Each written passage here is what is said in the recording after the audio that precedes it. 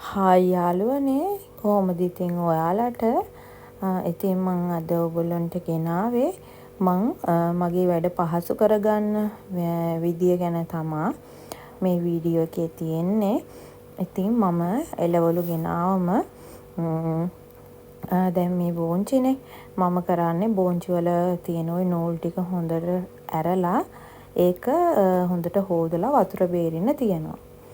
ඊට පස්සේ මම දැන් මේ කැරට් වලට මොනවද දන්නවද කරලා තියෙන්නේ? කැරට් ටික හොදලා වෙන මුකුත් කරේ නෑ, පොත්ත සුද්ධ කරන්න ගියේ නෑ. හොදලා ඒ අපි ෆ්‍රිජ් එකට දාන භාජනයට වතුර දාලා ඒක කැරට් ටික දාලා වහලා ෆ්‍රිජ් එකේ දානවා. ඒ කියන්නේ මේ වතුරේ තමයි දාලා ෆ්‍රිජ් එකේ තියන්නේ. හැබැයි දවස් ගාණක්ම තියෙනවා. ඔය නෝකෝල් ටිකට නම් මම මුකුත් කරන්න ගියේ නෑ. ඒකේ ඒ වෙලාවම කරගන්නවා කියලා මම ඒ ටික තිබ්බා. ඊට පස්සේ මම මොනවද කරේ? ඉතින් මටයි හස්බන්ඩ්ටයි පුතාටයි බොන්න ওই දැන් තේ තුනක් හදා ගන්නවා ඕක කරන අතර. ඉතින් දැන් මම මේ කරන්නේ ටිකක් හවස වෙලා හවස කියන්නේ දවල් 3ට විතර වගේ. ඉතින් ඔය දැන් ඔය තේක හදාගත්ත තේ කියන්නේ කිරි කෝපි එකක්. ඉතින් ඕක හදලා දැන් ওই තියෙන්නේ. ඉතින් මම වම්බටු කරල් 3ක් තිබ්බා. ඉතින් එකක් නරක් වෙලා ඒක මං කපා ගත්තා. ඊට සම්බෝලයක් හදමු කියලා බැදලා මං ඉතින් බෝංචි ටික හොඳට හොදලා වතුර බේරෙන්න තිබ්බා.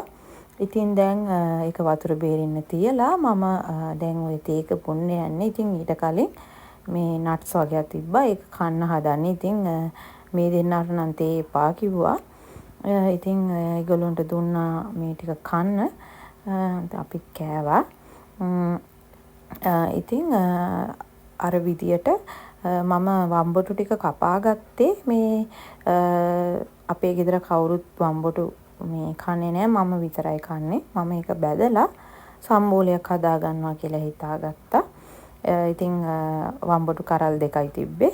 ඉතින් ඒ විදියට කපා ගත්තා. ඊට පස්සේ දැන් වතුර කූඩෙන් බේරුණාට පස්සේ මම ඔය වගේ රෙදි කෑල්ලකට හොඳ පිරිසිදු රෙදි කෑල්ලක් අරන් ඒකේ උඩට ඔය කපාගත්ත සෝදගත්ත එළවලු ටික ඔය විදියට අතුර ගන්නවා. එතකොට අර දැන් වතුර තියෙනවා නම් හොඳට මේ වතුර ටික මේ වෙනවානේ.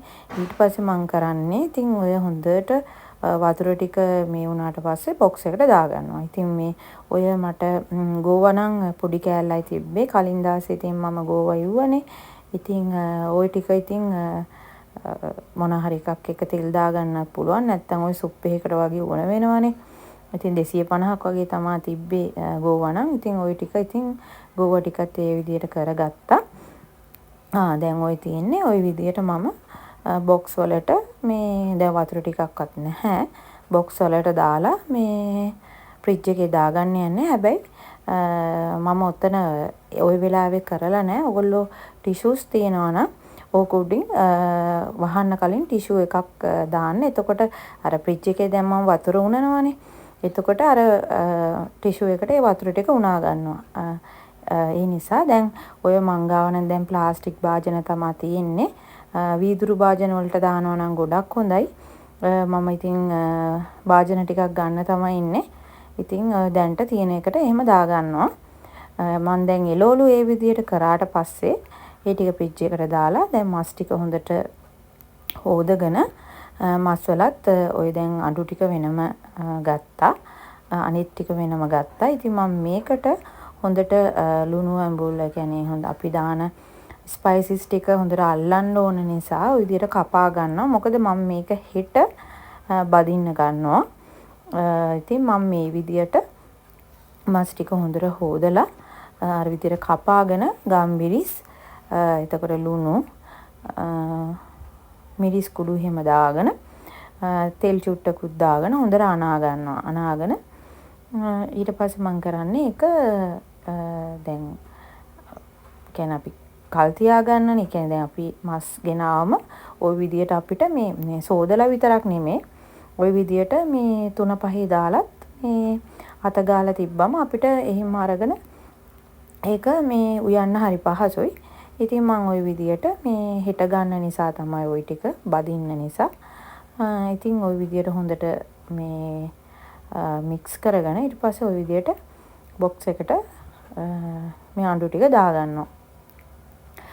ඉතින් දැන් අර උයන්න උනත් ඔය වගේම මේ 3-5 හොඳට අත ගාලා තියලා පහුවෙන්දට අපිට පහුවෙන්දට හරි දැන් අපි කොහොමද මස් කියන්නේ ප්‍රයෝජනෙට ගන්න ඒ වෙලාවට අරගෙන අපිට උයා ගන්න පුළුවන්. ඉතින් මම ඊළඟ ටික කරන්නේ මේ විදියට තමයි. මම කරන්නේ ඉතින් ඒ ටිකත් හොඳට කපා ගන්නවා. මම ওই විදියට කපාගෙන අර මේ හොඳට 3-5 අල්ලන්න නිසා මේකට නම් මම ඉතින් කළු කුඩුත් දානවා. මොකද මම මේක උයා ගන්නනේ හරි ගස්සගන්නේ. ඒ නිසා එතකොට අපිට තියෙන අර ටෙම්පරාදු කරලා දැන් මේකට හොඳට 3-5 මේ අල්ලලානේ තියෙන්නේ. අපිට ඕනනම් මදි නම් තව ටිකක් දාගන්න පුළුවන් උයන වෙලාවට. මම නම් එහෙම තමයි කරන්නේ. ඉතින් මේ විදියට 3-5 අත ගාලා තිබ්බම ඒක හොඳට රසත් එක්ක අපිට ලේසිත් එක්ක නැත්තම් ඉතින් ඕගොල්ලන්ට 3-5 දාන්නෙත් නැතුව මේ විදියට හොඳට පිරිසිදු කරලා මේ බොක්ස් වලට දාලා ෆ්‍රිජ් එකේ දාගන්න පුළුවන්. ඒක ඉතින් තමන්ගේ කැමැත්ත අනුව කරගන්න පුළුවන්. මම ඉතින් මේ විදියටත් කරනවා. සමහර වෙලාවට ඉතින් 3-5 අත ගන්නෙ නැතුව හොඳට පිරිසිදු කරලා මේ වගේ බොක්ස් වලට දාලා තියෙනවා. ඉතින් අපිට දෙවිදියටම කරගන්න පුළුවන්. ඉතින් මම මේ ටික මේ විදියට හොඳට භාජනයට දාලා ඊට පස්සේ ඒ මස් ටිකත් ෆ්‍රිජ් එකේ ෆ්‍රීසර් එකේ දාගන්නවා. ඒ විදියට තමයි මම කරන්නේ. මොකද මට පොඩි එක්කෙනා එක්ක පොඩි අයනේ ඉන්නේ මට. ඉතින් මම වැඩ පහසු කරගන්නේ මේ විදියට තමයි. ඔය හාල් මැස්සෝ වගේ දේවලුත් සමහර වෙලාවට මම ඔලු කඩලා මේ හොඳට يعني හොදන්නේ ඔලු කඩලා මේ භාජනයකට දාලා ෆ්‍රිජ් එකේ තමයි තියන්නේ. එතකොට කරවලත් ෆ්‍රිජ් එකේ තිබ්බම මේ හොඳට තියාගන්න පුළුවන්. ඔන්න ඉතින් ඒ දවසේ එහෙම ඉවර වුණා. මේ අනිත් දවසේ උදේ මටයි හස්බන්ඩ්ටයි මේ තේ දෙකක් හදා ගන්නවා. ඉතින් හදාගෙන ඉතින් ටිකක් වෙලා ඉඳලා ඊට පස්සේ ඉතින් මේ දවල්ට දැන් උයනවා. ඉතින් මම අද කහ බතක් හදලා මේ පරිප්පු එකක් මිරිසට වගේ හදා ගන්නවා. ටිකක් දැවිල්ලට වගේ. ඉතින් හදලා අර මම කලින් දවසේ මේ අත ගාලා තියාගත්ත මස් අඬු ටික තමයි මම වැදගන්න යන්නේ. ඉතින් මම මේ දැන් කහ බත් එකට කජු ටිකකුයි මුද රස පිලාන් ටිකකුයි ඉතින් ටිකක් බටර් දාලා බෙදගෙන බත් එකට එකතු කරගන්න තමයි යන්නේ. ඉතින් එතකොට ටිකක් රස වැඩි වෙනවනේ. ඉතින් ওই විදියට තමයි බත් එකට මම එකතු කරගන්නේ. ඉතින් මම මේ වීඩියෝ එකත් මේකටම එකතු කරගත්තා. ඊට පස්සේ මේ දැන් පරිප්පු එකට මම ටෙම්පරාදු කරලා ටෙම්පරාදු එකත් එකතු කරගෙන මොකද මම ඒක ටිකක් දැවිල්ලට තමයි චුට්ටක් හදාගන්නේ. ඉතින් ඊට පස්සේ මම මස් එක බෙද ගන්න යන්නේ. මොකද මම දැන් ඒක මේ කලින් ෆ්‍රිජ් එකෙන් අරන් එළියෙන් තිබ්බා. වතුර මුකුත් දාන්නේ නැහැ. ඒක එළියෙන් තියලා තිබ්බා.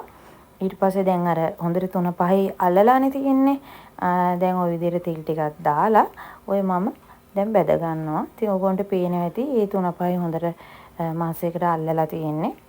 ඇත්තම කිව්වොත් කන වෙලාවේ මාර්ම රසයි. රසයි කියන්නේ අර අපි දැන් මේ වෙලාවේ මේ මොනවාද අතගාලා බදිනවට වඩා අපිට අර විදියටත් කරගත්තම මේ හරිම රසයි.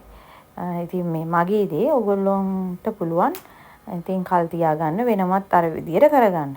ඉතින් දැන් ওই විදියට මම පරිප්පු එක හදාගෙන ඔය ඉතින් කහබත් එක ඒ කියන්නේ මම අද නම් ටක් ගාලා ලේසියට එළවලු මුකුත් හැදුවේ නැහැ. මොකද මේ තව වැඩ වගේක් තිබ්බා කරගන්න. ඉතින් ওই විදියට කහ බත් එක හදාගත්තා. ඉස්සරහාම තෙම්පරාදු කරලා බත් එක ඒ විදියට උයාගෙන. ඉතින් ඔය මස් ටික බැදගත්තා. තව එකක් බැදෙනවා. ඉතින් ඔය පොඩි 3 දෙනාගේ මහත්තයාගේ එක ටක් ගාලා බැදගත්තා. ඉතින් පොඩි පුතාගේ බත් එක බෙදුවා. එයාට බඩගිනි කිව්වා. ඉතින් උයනකන් ඉන්න බැරුණා. ටක් ගාලා එයාට බෙදුවා. ඉතින් මං ගිහින් එන්නම්. ආයි වීඩියෝ එකකින් හම්බෙමු. ඉතින් මගේ වීඩියෝස් ඔයගොල්ලෝ බලන්න. ඉතින් සුබ දවසක්. මං ගිහින් එන්නම්.